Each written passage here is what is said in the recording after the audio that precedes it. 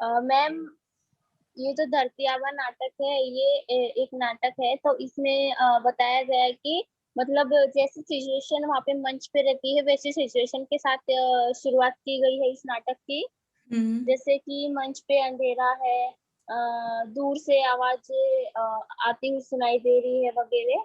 तो फिर इस धरती आबा नाटक में बहुत सारे किरदार है, जिसमें एक किरदार है बिरसा का, एक धानी का, हम्म। और एक बिरसा की माता।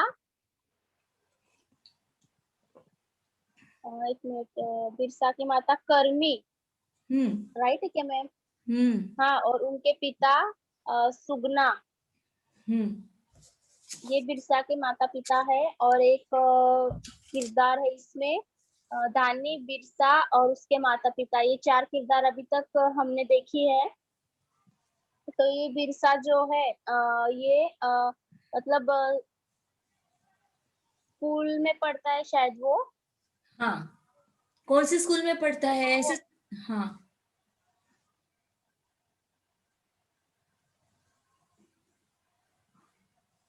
आप लोगों में से भी बता सकते हैं, जरूरी नहीं है कि पूजा ने बताना है। कितने लोग जुड़े हैं? देखो, आप लोगों को बताना है करके बोला कि लोगों का गायब होना शुरू हो जाता है। पूजा, नेहा, पूनम, रीना। आज प्रियंका नहीं जुड़ी क्या? No ma'am. क्या प्रॉब्लम है उस बच्ची का? बीमार है क्या? क्या प्रॉब्लम है? देखिए, जानिए, हमारा परिवार है, परिवार के एक दूसरे सदस्यों को जानिए, पहचानिए, है ना? ऐसे चुप्पी साध कर काम नहीं होगा। एक दूसरे की सहायता कीजिए। क्यों नहीं जुड़ रहे हैं देखिए, थोड़ा ग्रुप डिस्कशन करना स्टार्ट कीजिए, बच्चों से बात कीजिए अच्छे से, है ना? और एक डाला था आपको कल शायद, हाँ, रात को हमने सुधा मूर्ति के परिचय के बारे में डाले ना, शायद आपको डाल दिए क्या? Yes ma'am. हाँ, सुंदर है। नारायण मूर्ति और सुधा मूर्ति की लव मैरिज, मतलब कैसे वो दोनों एक दूसरे से प्यार करते थे, कैसे पढ़ाई करते हुए दोनों का लव हुआ, कैसे शादी की, है ना? और उसके बाद में जब इम्फोसिस का निर्माण हुआ, तो एक राइटर होने के नाते, या एक प्रोफेसर होने के नाते, एक टीचर होने के नाते, उन्होंने कौन कौन सी भूमिकाओं को, कौन कौन से रोल को कैसे अदा किया, सुंदर सा वह इंट्रो लिया हुआ है। तो जब भी आपको समय मिलता है, जरूर आप उसे सुनिएगा, देखिएगा। बहुत ही सुंदर है, हमें अच्छा लगा, इसलिए हमने आपके साथ शेयर किया। हाँ, देखिए, जो बाकी के बच्चे जुड़े हैं, तो यहाँ पर हम ऐसे लोगों के साथ बात करने वाले हैं, आदिवासी लोगों के साथ हमारा अब परिचय होने जा रहा है, जिसमें ऐसे लोग हैं कि जो खाना नहीं खा पाते हैं, भूख से मरते हैं, या हम कहे कि मुंडाओं के लिए जंगल ही सब कुछ होता है। बस जंगल माने सब उन्हीं की दादा परदादा ने जो दिया है, वह केवल और केवल जंगल की ही खान है। एक जगह पर वह लकड़ी को काटते हैं, लकड़ी को बेचते हैं, महुआ होती है, मतलब शराब होती है, मधु माने हनी होता है, तो उसी से उनका पेटार्जन चलता है। लेकिन जब मिशनरियों के स्कूल में हमारे बिरसा जी जाते हैं, तो बिरसा वह सब कुछ देखते हैं, और वह अंत में मिशनरियों के स्कूल में न जाने का निश्चय कर लेते हैं। तो इस प्रकार से अब हमारा जो आंदोलन है वह आगे बढ़ता जा रहा है, क्योंकि सब लोग मर रहे हैं। उसकी माँ भी, भरमी कहता है कि बिरसा आ गया रे, तू देख तेरी माँ भूख से मर रही है। धानी तुरंत कहता, हम सब मर रहे हैं, एक दिन ऐसे जानवरों की तरह मर जाएंगे सबके सब। मुंडा लोगों का अब जीवन ही नहीं बचेगा, कुछ नहीं बचेगा। अब ये लोग हमें जंगल से खदेड़ रहे हैं। अब कौन से लोग खदेड़ रहे हैं? तो वही लोग, कौन से? तो जो सरकार कहलाती है, जो साहेब कहलाते हैं, है ना, जो सिपाही कहलाते हैं, सब मिलकर खदेड़ रहे हैं। धानी कहता है, वे कहते हैं कि अब जब जंगल का कानून लगा, लागू हो गया है, अब तो कानून भी लग गया। मतलब देखिएगा कि जैसे उनका सिंह भूम है, मान भूम है, हर जगह उन्हीं का कानून लगेगा। अब कानून नया तो नहीं है, पुराना है। सन 1878 का कानून है। आपको बताया था, इस कानून के बारे में भी बताया था। देखिए, आप लोग याद नहीं रखते हो, है ना? तो कहाँ तक आए थे, तो हम यहाँ तक हमने बताया था आपको कि उस कानून के बारे में भी बताया था। हमको साल नहीं मालूम, कहते हैं सबकी पहले से था, पर रोक रखा था और अब लागू कर दिया। हर गांव में मांदर ढोल पीट रहे हैं कि सारी जमीन, सारा जंगल सरकार ने वापस ले लिया है। मतलब जहां पर वो रह रहे थे, जिस जंगल के एरिया से वो महू लेकर आते थे, मधु लेकर आते थे, या जंगल को छोटे छोटे हिस्सों में उन्होंने बांट लिया था। तो ऐसी पूरी जमीन जो है, ऐसा पूरा जंगल जो है, अब सरकार के हाथों में चला जाएगा। जिस जमीन ने हमारे दादा परदादा गाय गोरू चराते रहे, जिस जंगल की एक एक डाल और एक एक पत्ता हमारा है, वो जंगल अब हमारा नहीं रहा। देखिए ना, जिस चीज को दादा परदादा से लेकर अब तक हम अपना मानते थे, लेकिन गवर्नमेंट रूल्स रेगुलेशंस के अनुसार अब वह गवर्नमेंट का हो गया। डोंका तुरंत कहता है जंगल से न तो लकड़ी मिलेगी, न तो महुआ, न मधु, सब उनका हो गया, शिकार भी नहीं। मैम ये हो गया था 27 तक, मैंने जी आपको बोला बिल्कुल, था 27 तक हो गया है। जी बिल्कुल हुआ था, लेकिन आपको याद दिलाने के लिए। हेलो,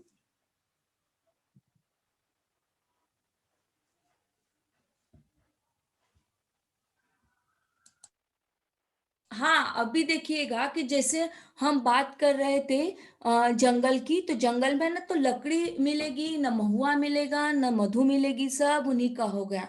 अब शिकार भी नहीं मिलेगी। भरमी कहता है जंगल में भी घुसने नहीं देते।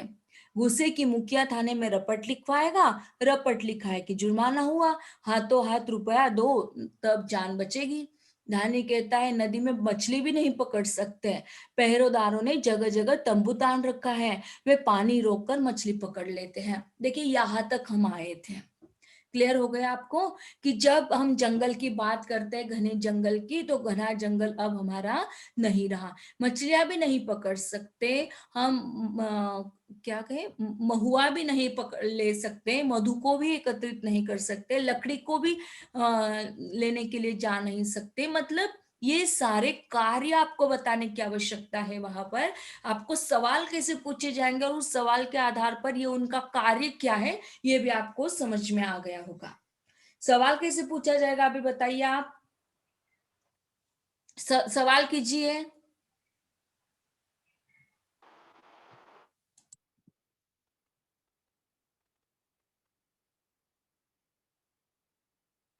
पूजा, इस बात पर सवाल कैसे होगा।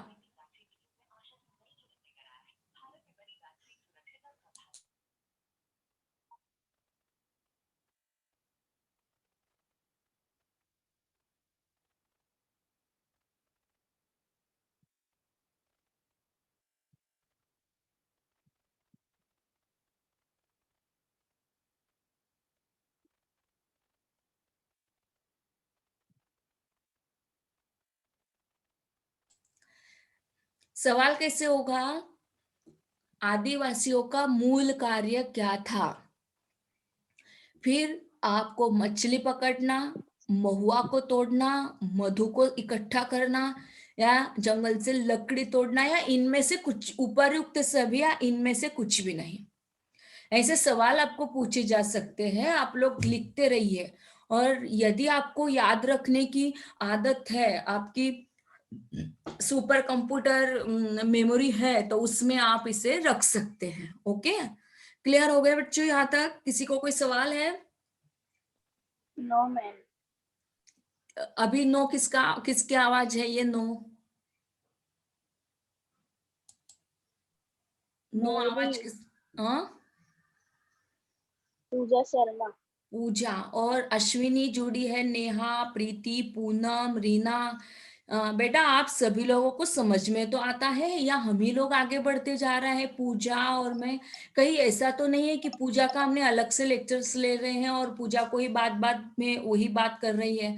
आप लोग भी डिस्कशन में सम्मिलित हो जाइए, है ना। ऐसा नहीं होगा बेटा, सबके लिए है लेक्चर, अकेले पूजा के लिए नहीं है। समझ में आ रहा है आपको सभी को। जी मैम, ओके, समझ में आ रहे हैं। Yes ma'am. Good good good, very good बेटा।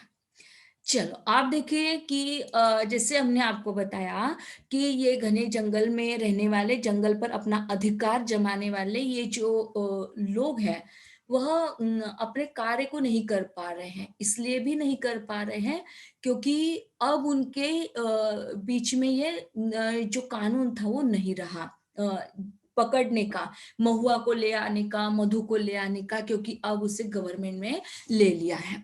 तुरंत भरमी कहता है अब तो पत्ती उबाल कर पी रहे हैं लोग। और फिर पत्ती उबाल कर पी रहे हैं मतलब अब तो घने जंगल में मिलने वाले जो प्राणी थे या और भी कुछ था, वो कुछ भी नहीं मिलेगा। फिर भरमी की इस स्टेटमेंट को लेकर बिरसा चिक पड़ता है और कहता है नहीं, नहीं होने दूंगा मैं ये सब नहीं। बिरसा की लंबी चिक के साथ मंच पर अंधेरा छा जाता है। मंच के दूसरे कोने में प्रकाश होता है। कुर्सी पर एक बाबू बैठा है। बिरसा अपने साथियों के साथ उसके सामने खड़ा है। बिरसा के हाथ में कागज है। कहा जाता होगा, बिरसा बताइएगा थोड़ा, कहाँ जा रहा हमारा बिरसा? मैम या तो वो जंगल में जा रहा है। हम्म। हम्म। बोलिए बोलिए।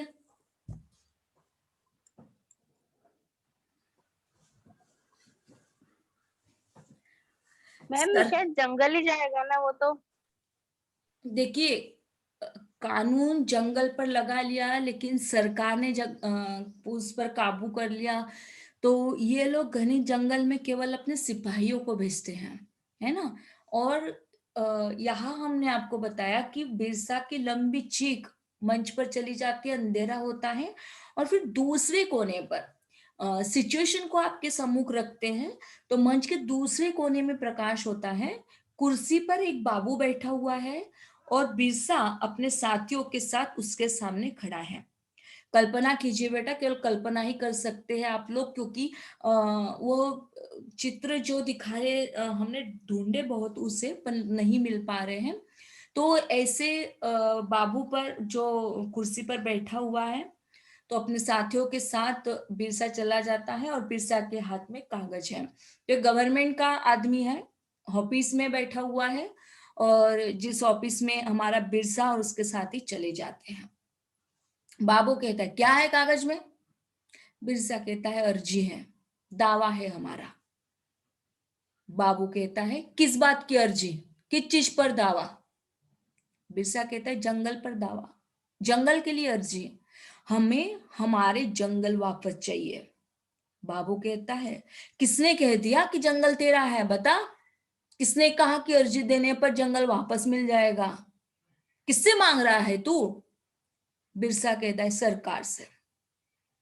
बाबू कहता है ऐसा कर, तू जा विलायत, 7 समंदर पर चला जा तैरते हुए, वही जाकर महारानी से मांग। ये महारानी कौन है? महारानी कौन है? हम्म। इतिहास के पन्ने पलटकर देखते हैं क्या मेरे बच्चे, ये महारानी कौन है?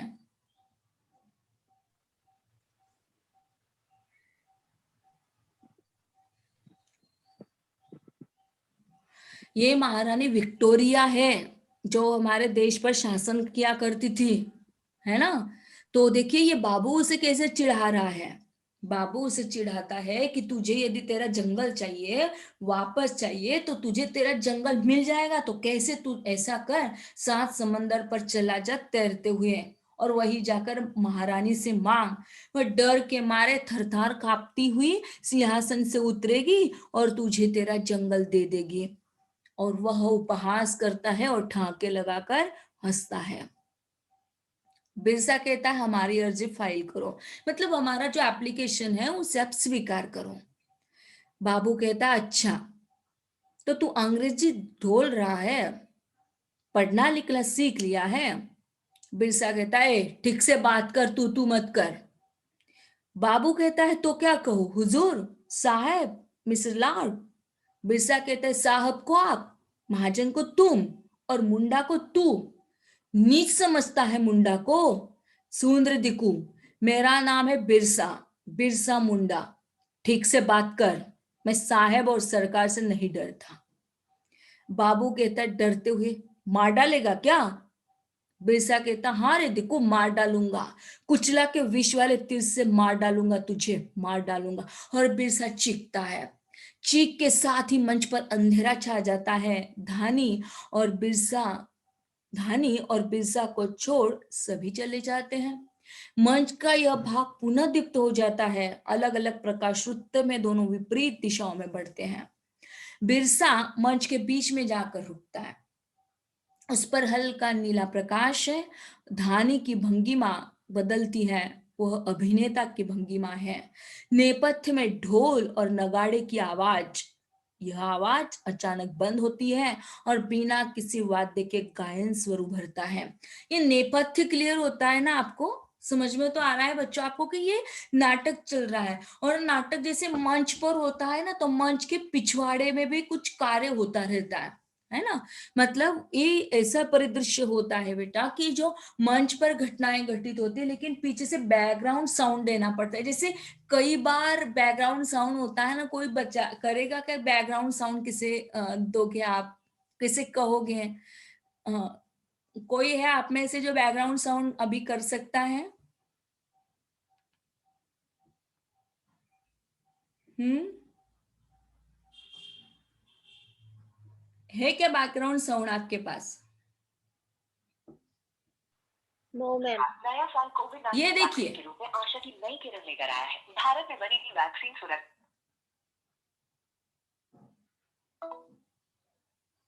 क्लियर हो गए आपको बैकग्राउंड साउंड कैसे होता है? हमारा यस लेक्चर मैम। चल रहा है। जी मैम। हेलो, ये है बैकग्राउंड साउंड, है कि उन्होंने उठा लिया मोबाइल को। चलिए, अब गायन स्वर, काली आंधी, काली आंधी काली। अब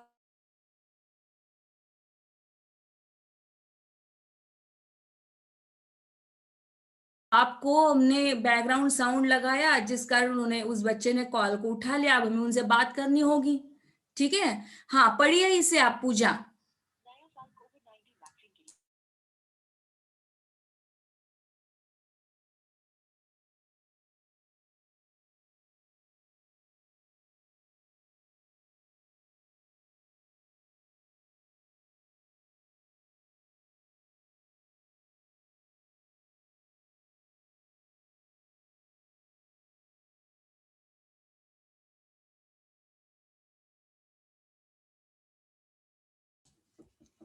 क्या हुआ पूजा? पढ़ने के लिए बोला था, दिखाई नहीं देता है क्या? Sorry ma'am.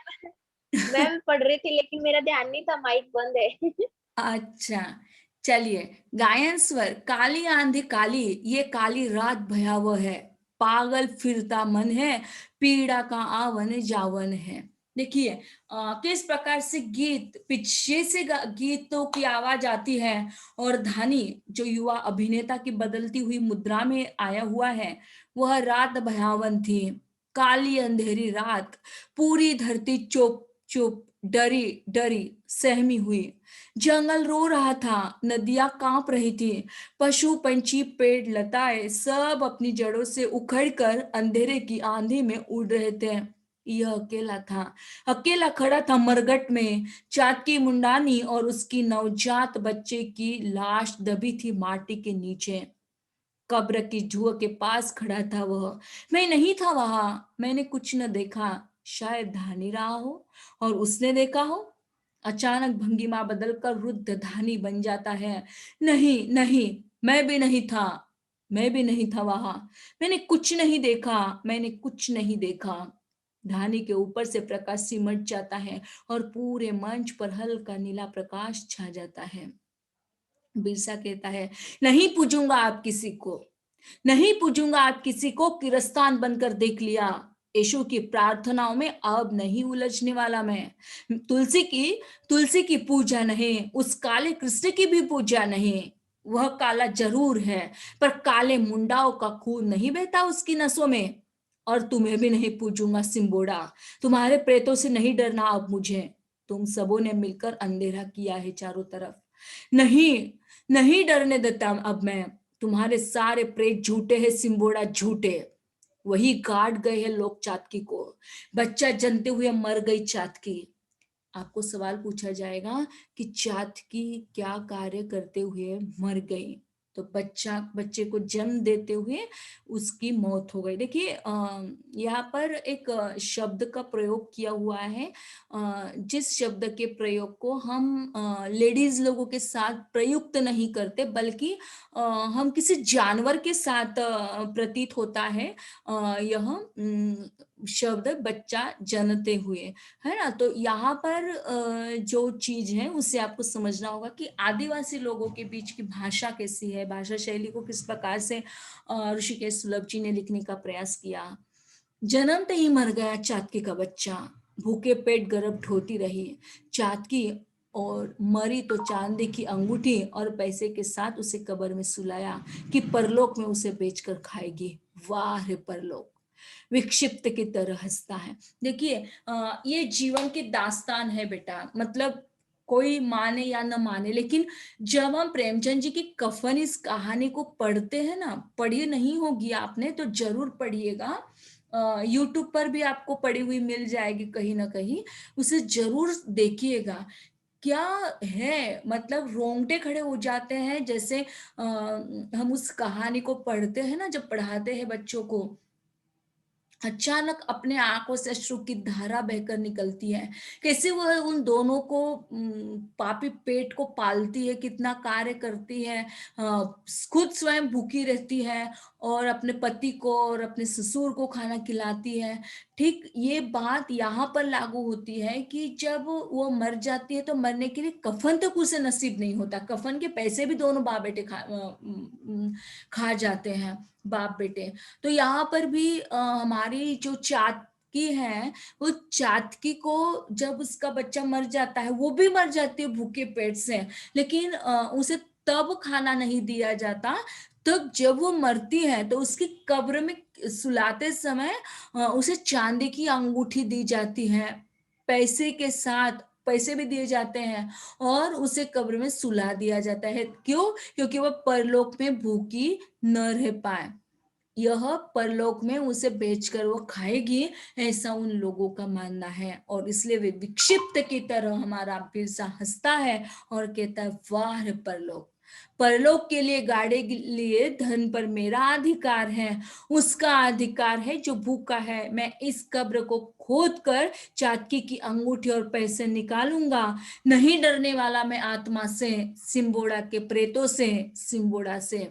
बिरसा कब्र खोद रहा है और चातकी का शव निकालकर अंगूठी और पैसे लेने का नाट्य करता है।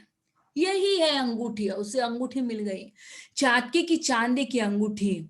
मैं इसे बेचकर चावल खरीदूंगा, मैं इसे बेचकर चावल खरीदूंगा, अपने बाबा और माँ को भात खिलाऊंगा।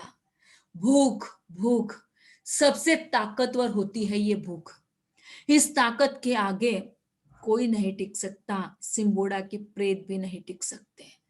और वो फिर से एक बार शव को ढकने का प्रयास करता है, नाट्य करता है, प्रकाश सिमट जाता है, मंच के दूसरे कोने में बर्तन गिरने की आवाज के साथ प्रकाश रुत्त उभर आता है। कर्मी, सुगना, बिरसा का बड़ा भाई कोमता और बिरसा दिखते हैं। इतना क्लियर हुआ बच्चों आपको? Yes ma'am. आप लोगों को समझ में तो आ रहा है ना? अपन लोग आगे बढ़ते जा रहे हैं बच्चों, कहीं ऐसा ना हो जाए कि हम ही आगे बढ़े और आपको पल्ले ना पड़े। एक एक चीज को आप समझिए बेटा, एक कितना मतलब यथार्थवादी ये सारी घटनाएं है ना, ये घटित हो चुकी है।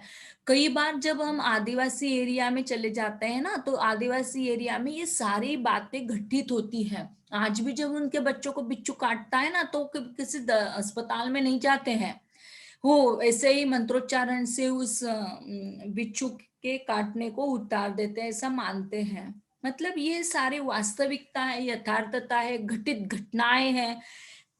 किसी जगह पर ऋषिकेश सुलभ जी ने काल्पनिकता को भी जोड़ा होगा, लेकिन अधिकतर ये सारी जो घटनाएं हैं वो वास्तविकता से भरी हुई है। कब्र से निकालना कोई जोक नहीं है ना। उस कब्र को खोदना, कब्र से चांदी की अंगूठी निकालना, उसे बेचना, चावल लाना और माँ को भात खिलाना, और फिर से उस शव को वह ढक देना और फिर मंच पर आ जाते हैं कर्मी, सुगना, बिरसा का बड़ा भाई कोमता और बिरसा। ये आपको ध्यान रखने कैरेक्टर्स अत्यंत महत्वपूर्ण हैं। आप देखिए कर्मी क्या कहता है। कहता है नहीं मैम, कहती है उसकी माँ है वो तो। Okay, good. कर्मी कहती है मानुक नहीं पिशाच है तू, पापी है, तुझे सिंबोड़ा नहीं माफ करेगा। तूने मुझे और अपने बाप को नरक की आग में झोंक दिया है, बता कोमता जो कहता है सच है। बिरसा कहता है सच है, मैंने किया है ऐसा। चालकी की कब्र खोद कर उसकी अंगूठी और पैसे निकाले हैं मैंने। कर्मी कहती है तुझे बिरादरी से बाहर निकलवा दूंगी मैं, तेरा भात, तेरा नमक, तेरा पानी सब बंद हो जाएगा, तू अब मानुक नहीं रहा। बिरसा कहता है मैं हूं मानुक, इसलिए कि मुझे भूख लगती है, प्रेत और पिशाच को भूख न लगती। मैं नहीं डरता प्रेतों से, नहीं डरता मैं सिंबोड़ा से। तूने भात को लात से मारकर गिरा दिया, अच्छा नहीं किया। अनाज पर भूखे का हक होता है, देवी देवताओं का नहीं। बिरसा बाहर निकल जाता है, प्रकाश सिमट जाता है, हरे रंग का प्रकाश धीरे धीरे मंच पर फैलता है, नेपथ्य से गायन सुर उभरता है। स्वप्नित प्रकाश में बिरसा और उसकी मां कर्मी की आकृतियां उभर कर आती हैं। गायन स्वर। तिरती है जमीन हमारी, जंगल हमारे बहते हैं, तिरती है जमीन हमारी, जंगल हमारे बहते हैं, पहाड़ हमारे दहते हैं, हम किस देश में रहते हैं। तिरती है जमीन हमारी, हैट पहन साहेब लूटा, दिकुओं ने हर घर लूटा, हम किस देश में रहते हैं। बिरसा कहता है माँ ये जंगल मेरे हैं, ये धरती मेरी है माँ, ये नदियां ये पहाड़ सब मेरे हैं। मैंने धानी बूढ़ी से वायदा किया है कि इन्हें छीन कर वापस लाऊंगा, मुंडाओं को अपने गांव से बेदखल नहीं होने दूंगा। एक स्वप्निल सी छाया की तरह कर्मी कभी बिरसा के आगे तो कभी पीछे देखती हुई दिखाई देती है। कर्मी कहती है वे तुझे पकड़ लेंगे, तुझे जेल में बंद कर देंगे, मेरे लाल मेरे बच्चे वे तुझे मार डालेंगे, लौटा लौटा बिरसा। बिरसा कहता है नहीं माँ।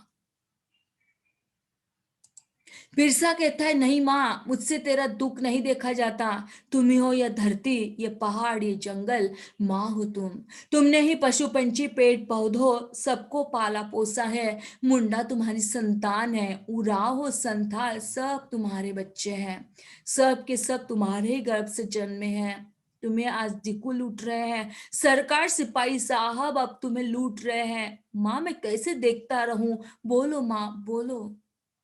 कर्मी कहते हैं तू बचाएगा मुझे, मेरी रक्षा करेगा।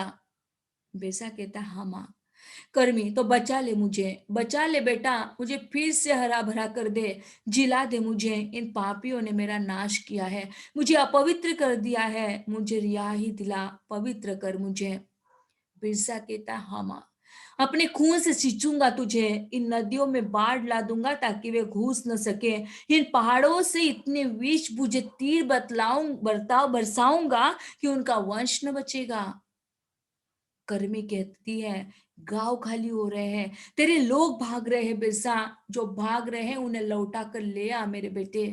बिरसा कहता हाँ माँ मैं लाऊंगा उन्हें भी। कर्मी मेरा रोना कोई नहीं सुनता।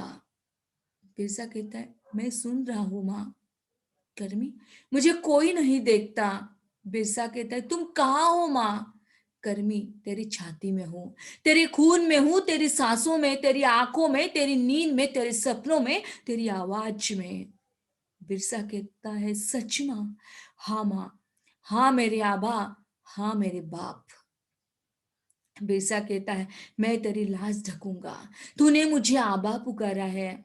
कर्मी कहते मेरे आबा पर वे तुझे जिंदा न छोड़ेंगे, मार डालेंगे, तुम्हें भगवान बनना पड़ेगा, ये तुम्हें बहुत दुख देंगे, दुख सहने के लिए भगवान बनना पड़ता है मेरे आबा, इस धरती का आबा बनना पड़ेगा तुम्हें, बिना धरती का आबा बने धरती की लाज नहीं ढक सकता कोई। बिरसा कहता है मैं बनूंगा आबा, मैं इस धरती का आबा बनूंगा। कर्मी कहती है, पर ये तुम्हें मार डालेंगे। उन्होंने उस हर भगवान को मारा है जो धरती की लाश ढकने निकला। तुम्हें बहुत दुख झेलने होंगे बिरसा। बिरसा कहता है, मुंडाओं के सुख के लिए मैं मरने को भी तैयार हूं। कर्मी तुरंत कहती, जा जा मेरे लाल, जा, जाकर पहाड़ के माथ पर चढ़ जा और पुकार सबको, बता दे तू कि इस धरती का आबा है। बिरसा कहता, हाँ मैं आबा हूं, इस धरती का आबा, धरती का आबा। तेज प्रकाश का जलना बुझना, कर्मी अदृश्य हो जाती है। बिरसा मंच पर दोनों हाथों को ऊपर उठाए खड़ा, नगाड़ों की तेज आवाज होती है, ये सारी धरती मेरी है, मैं धरती का आबा हूँ, मैं धरती का आबा हूँ। और कई लोग मंच पर आते हैं और बिरसा को घेर लेते हैं। एक व्यक्ति उसे ऊपर उठाकर कंधे पर बैठा लेता है और सब गाते हैं। अब देखिए उनका गीत क्या होगा। तुम उगे सूर्य के जैसे चलकद में, तुम आंधी बनकर गरजे चलकद में, मांदर बाजा बिजली चमकी, आवा तुमको देख हमारी आंखें चमकी, तुम उगे सूर्य के जैसे चलकद में। बिरसा को अपने कंधे पर लिए लोग विभिन्न मुद्राओं में आसपास बैठ जाते हैं और बिरसा को अपेक्षाकृत एक ऊंचे स्थान पर बिठा देते हैं। सवाल ऐसा आपसे पूछा जाता है कि ये बिरसा को उच्च स्थान पर क्यों बिठा दिया? What is the reason?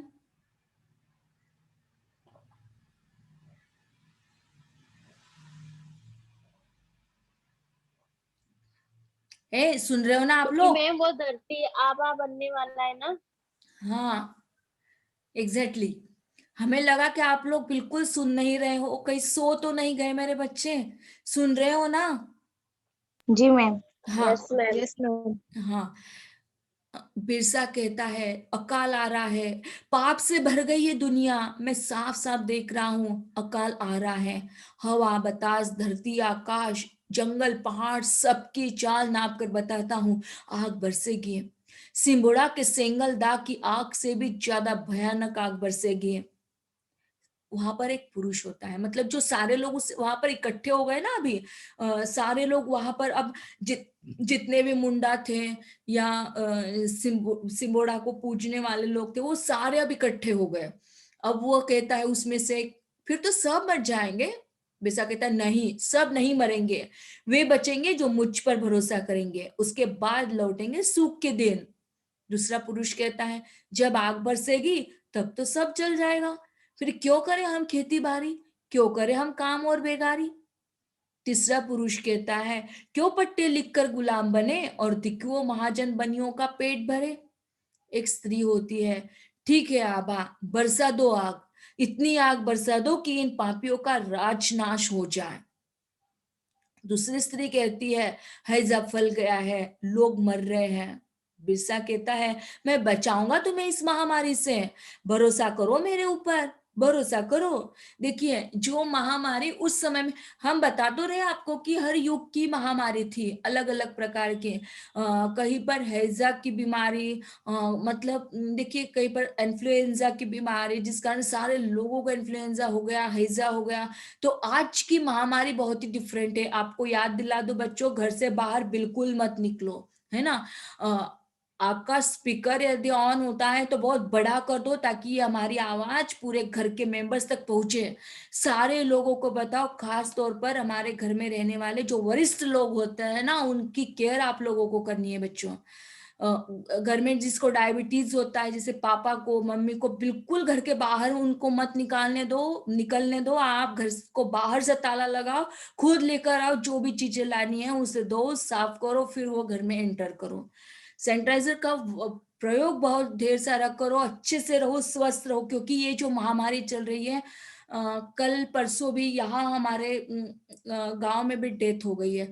लेकिन देखिए जैसे समाचार पत्र में छपकर उस टाइम में आता था, अब नहीं आ रहा है ना। चुप्पी चुप्पी साथे साथे लोग मर रहे हैं। इस महामारी का एक मतलब हम कहें कि जैसे उस युग में वो महामारी थी हैजा की, और हमें बचाने के लिए उस समय में जैसे बिरसा जी आए थे।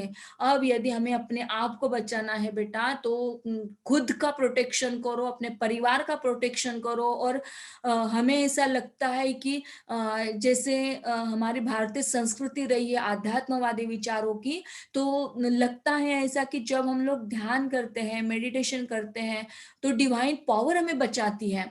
एक दैवी शक्ति होती है जो हम सबका रक्षण करती है। तो आई रिक्वेस्ट यू, आप लोग प्लीज घर पर रहे, सुरक्षित रहे, स्वस्थ रहे। दिन में कम से कम एक बार ध्यान जरूर करें, क्योंकि वो परमात्मा आपकी देखरेख करेगा, वो आपको संभालेगा। हर किसी सिचुएशन में अपने आप को संभालिए। आपके परिवार का उत्तरदायित्व आप पर है, क्योंकि इस महामारी में कोई भी ऐसा उपादान नहीं है जो वैक्सीन, अब देखिए अलग अलग प्रकार की इंजेक्शंस लग रहे हैं, लेकिन आपकी इम्यूनिटी पावर कैसी है उस पर डिपेंड करता है। कि एक की इम्यूनिटी पावर ऐसी है कि जब उसे इंजेक्शन चढ़ा दिया तो वो बच गया, वही इंजेक्शन दूसरे व्यक्ति को दिया गया, उसी की उसी समय death, on the spot death हो गए। यकीन नहीं होगा, लेकिन ये वास्तविकता है, घटनाएं घटित हो चुकी है, उसे आप लोग रोक सकते हो। बेटा, हाथ जोड़कर विनम्र अभिवादन करती हूँ मैं आपको कि आप आपके परिवार की रक्षा करोगे। जितने 6 लोग यहाँ पर जुड़े हैं, 6 से परिवार बनेगा, परिवार से हमारा नगर बनेगा, नगर से देश बनेगा। ये पूरी जिम्मेदारी आपके कंधों पर है।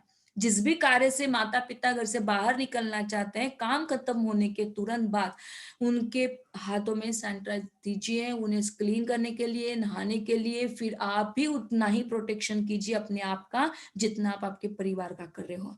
मैं बचाऊंगा तुम्हें इस महामारी से, भरोसा करो मेरे ऊपर, भरोसा करो। हम क्या करें? रोगी को दूसरों से अलग रखो, नमक सिंझाकर पानी पिलाओ रोगी को। उसके कपड़े कुओं पर, झरना पर मत छोड़ो, सबके सब पानी सिंझाकर पीना शुरू कर दो। बासी भात मत खाओ, खाना ढक कर रखो। देखिए कितना प्रोटेक्शन उस जमाने में बिना पढ़े लिखे, लेकिन बिरसा ने उनको कैसे कहा कि रोगी को दूसरे से अलग रखो। अब हम लोग क्या कर रहे हैं, एक दूसरे से अलग रख रहे हैं ना। मतलब जो रोगी होता है, जो पीड़ित होता है, जो कोरोना पॉजिटिव होता है, उनके लिए अलग कमरा रखवाते हैं, वैसे अलग।